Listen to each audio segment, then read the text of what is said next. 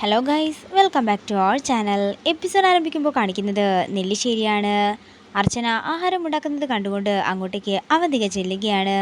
നീ എന്താ നിന്റെ അന്ത്യാത്താഴം ഉണ്ടാക്കുകയാണോ എന്ന് അവന്തിക ചോദിക്കുമ്പോൾ നിങ്ങളോടൊരു സംസാരത്തിന് ഞാനില്ലെന്ന് പറഞ്ഞ് ഒഴിഞ്ഞു മാറുകയാണ് അർച്ചന.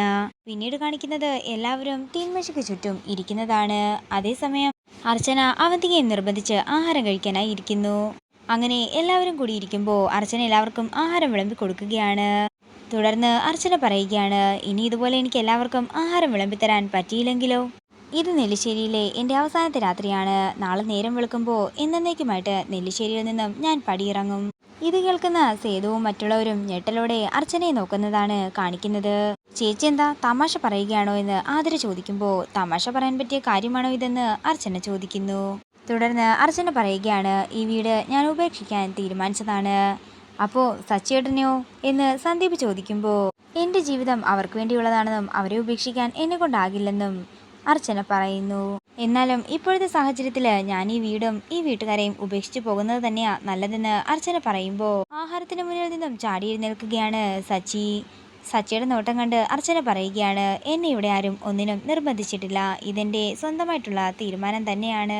തുടർന്ന് സച്ചി ദേഷ്യത്തോടെ മുറിയിലേക്ക് പോകുമ്പോൾ ആതിര ചോദിക്കുകയാണ്, ചേച്ചി സച്ചേട്ടനോട് ഈ കാര്യം പറഞ്ഞിട്ടില്ലായിരുന്നോ? സച്ചേട്ടൻ സമ്മതിക്കില്ലെന്ന് എനിക്കറിയാം, അതുകൊണ്ട് ഞാൻ പറഞ്ഞില്ലായിരുന്നു. സച്ചേട്ടൻ ദേഷ്യപ്പെട്ടു പോയത് കണ്ടില്ലേ എന്ന് സ്നേഹ ചോദിക്കുമ്പോൾ ആ പിണക്കമെല്ലാം ഞാൻ മാറ്റിക്കൊള്ളാമെന്നും നിങ്ങളെല്ലാവരും സന്തോഷത്തോടെ ഇവിടെ കഴിയണമെന്നും എൻ്റെ കുഞ്ഞിൻ്റെ ജാതകദോഷത്തിൻ്റെ പേരിൽ നിങ്ങൾക്കാർക്കും ഒന്നും സംഭവിക്കണ്ടെന്നും അർച്ചന വിഷമത്തോടെ പറയുന്നു. പെട്ടെന്ന് തന്നെ സേതുവിന് എന്തോ ക്ഷീണം പോലെ വരികയാണ്. തുടർന്ന് അർച്ചന സേതുവിന് വെള്ളം കൊടുക്കുന്നു. ഇതെല്ലാം കണ്ടുകൊണ്ട് അവന്തിക മനസ്സിൽ പറയുകയാണ്, അങ്ങനെ കുറെ നാളത്തെ എൻ്റെ അധ്വാനം ഇപ്പോൾ ഫലം കണ്ടു തുടങ്ങിയിരിക്കുകയാണ്. ഇനിയെല്ലാം എൻ്റെ കയ്യിലാണെന്ന് അവന്തിക മനസ്സിൽ പറയുമ്പോഴേക്കും സേതു ആഹാരം കഴിക്കുന്നതെല്ലാം നിർത്തി എഴുന്നേറ്റ് പോയിട്ടുണ്ടായിരുന്നു. പിന്നീട് കാണിക്കുന്നത് അവന്തിക മീരയെ വിളിക്കുന്നതാണ്. മീരയെ ഒരു പ്രധാനപ്പെട്ട കാര്യം അറിയിക്കാൻ വേണ്ടിയാ ഞാൻ വിളിച്ചത്. നെല്ലിശ്ശേരി വീടും സച്ചിയും ഒക്കെ തന്നെ ഉപേക്ഷിച്ച് അർച്ചന വൃന്ദാവനത്തിലേക്ക് വരികയാണെന്ന് അവന്തിക പറയുമ്പോൾ ഇത് കേട്ട് ഞെട്ടലോടെ നിൽക്കുകയാണ് മീര.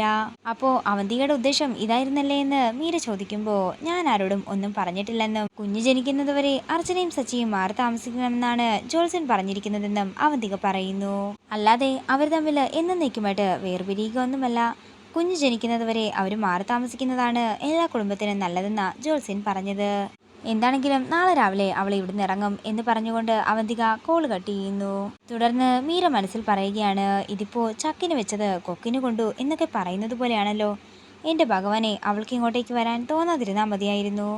പിന്നീട് കാണിക്കുന്നത് അനൂപ് ആഹാരം കഴിക്കുന്നതാണ്. അതേസമയം മീര അങ്ങോട്ടേക്ക് ചെല്ലുമ്പോൾ മീരയോട് ആഹാരം കഴിക്കുന്നില്ലേ എന്ന് കമല ചോദിക്കുന്നു. എനിക്ക് ആഹാരമൊന്നും വേണ്ട, എൻ്റെ വിശപ്പെല്ലാം കെട്ടു.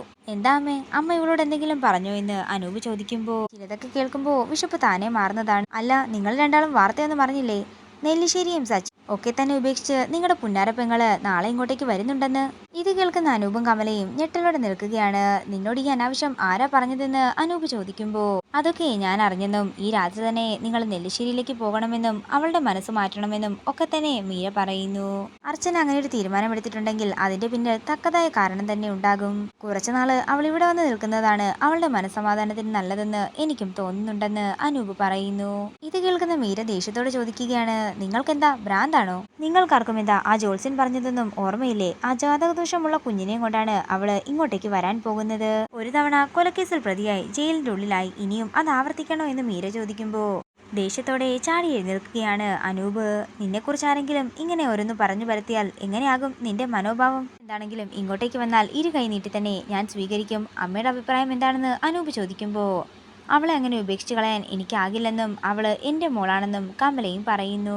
ഇതാണ് ഞങ്ങളുടെ തീരുമാനം. നിനക്കെന്തെങ്കിലും വിരോധമുണ്ടെങ്കിൽ നീ നിന്റെ വീട്ടിലേക്ക് പോയിക്കോളാൻ പറഞ്ഞുകൊണ്ട് അനൂപ് ദേഷ്യത്തോടെ മുറിയിലേക്ക് പോകുന്നു. പിന്നീട് കാണിക്കുന്നത് ദേഷ്യത്തോടെ മുറിയിൽ നിൽക്കുന്ന സച്ചിയാണ്.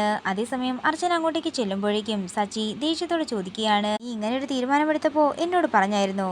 എന്നോട് പറയാതെയല്ലേ നീ ഇപ്പോൾ ഡൈനിങ് ടേബിളിന്റെ മുമ്പിൽ ചെന്ന് എല്ലാവരോടും ഇത് പറഞ്ഞത്?